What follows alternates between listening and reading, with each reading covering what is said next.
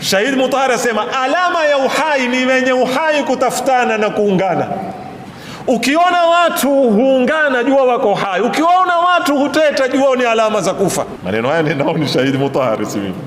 Na amepiga mifano kadhaa. Zenye uhai hutafutana. Huku ule mtende weza kuruka kwa upepo, ukenda ikatua kwenye mtende mwingine, ili kukapata nini? Kupaana, ili kuzalishwe. Hutafutana mpaka kwa kupitia upepo. Na waangalie wewe watu wenye uhai wote wanavyotafutana. Wakisikia kuna mtu wao mahala fulani, tutakwenda kumtafuta. Huyu mwetu tutataka kuongeza namba. Sisi upunguzana. Kwa hivyo atarabut, ite kuungana, uite umoya, kushikana, kupendana. Hizi zote ni alama ya ziumbe zenye uhai. Mtume ameufananisha umma na mwili kama biology.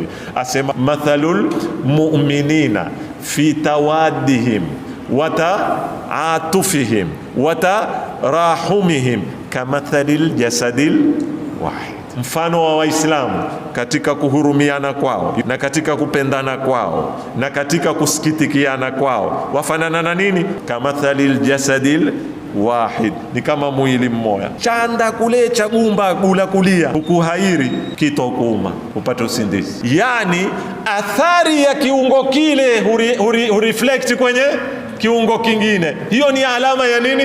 Ya tarabut. Idha shtaka minhu udhun, kiungo kimoja kikiwa hushtakia, tadaa lahu sairul a'dha'i bisahri wal humma, ziungo zote ukesha siku ile na kushikwa na homa.